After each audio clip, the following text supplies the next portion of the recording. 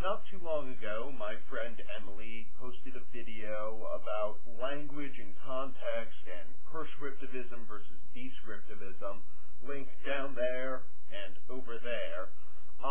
And I really liked a lot of the points she made. Language, of course, is still evolving, but I do want to take a couple of minutes to just respond to some things that maybe I didn't fully agree with. So, first of all, dialect and kind of a subset of that idea is jargon. So, dialects do exist. They're beautiful things. They don't speak English the same here in upstate New York as they do in Georgia or England or Australia. The language is as diverse as the people who speak it.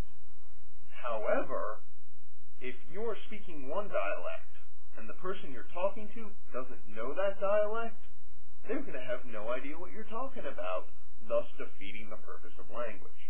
For example, if I were to go up to you and some of your friends, and I were to say, "Where are yins going?" you would have no idea what I'm talking about, unless perchance you're from Pittsburgh or other parts of western Pennsylvania, at which point you would know that yins is that dialect's form of the second person plural pronoun. In the South, they say y'all. Up north and through most of the rest of the world that speaks English as far as I know, they just say you, or maybe you all is two separate words. Likewise, with jargon, if you are a specialist in a certain field, there's language that goes along with that. This is called jargon. Someone outside of the field doesn't know the jargon, so when you say something to them, it's not going to mean anything.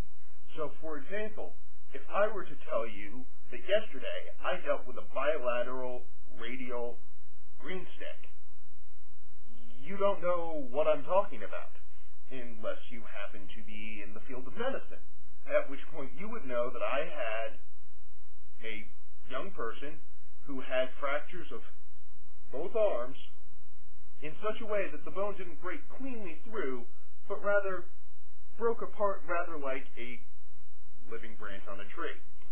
So, jargon, dialects, integral parts of the language, but it's still necessary that while I can talk to people in the medical profession about a bilateral radial green stick, I also have to be able to explain that idea to people outside that niche so that I can communicate effectively with them. So, while there are dialects and specialty vocabulary, it's important that we all learn how to speak a standard form of the language so that I can go to England and they may think I talk a little funny, but I speak a standard form of English that they are able to understand.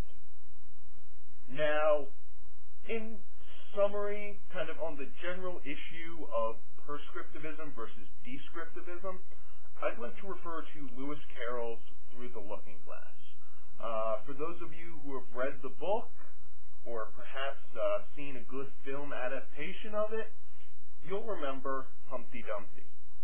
And in Alice's conversation with Humpty Dumpty, he tries to make words mean whatever he wants them to mean. And mostly it's just a very confused conversation in which Humpty Dumpty says something, Alice doesn't understand what he means. He then says what he means, and Alice doesn't understand why he didn't say that in the first place. And ultimately, Humpty Dumpty's final response really sums it up for me. Who is to be the master? And that really strikes at the core of it, is that we as speakers of a language are not the masters of the language. The language is the master of us. Because if we try and be the master of the language, it's not language anymore. It's we're kind of moving our mouth and making noise, and then having to repeat ourselves again so that other people can understand what we mean. I mean, I can say gargle splat, and if I don't tell you what gargle splat means, it's not language. It's just a bunch of syllables that I threw together.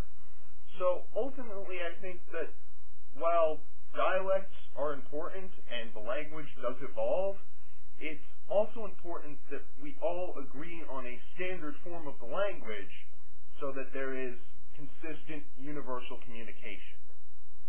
And that's all I have to say on that. If you're subscribed to me seeing this video, you should subscribe to Emily as well. Link over there. If you're subscribed to Emily, I'd love it if you subscribe to me too, and I think that's over there. Little postscript. Anyone want to suggest a meaning for the word gargle splat? I'd love to hear your ideas on that. Go ahead and leave that in the comments down there.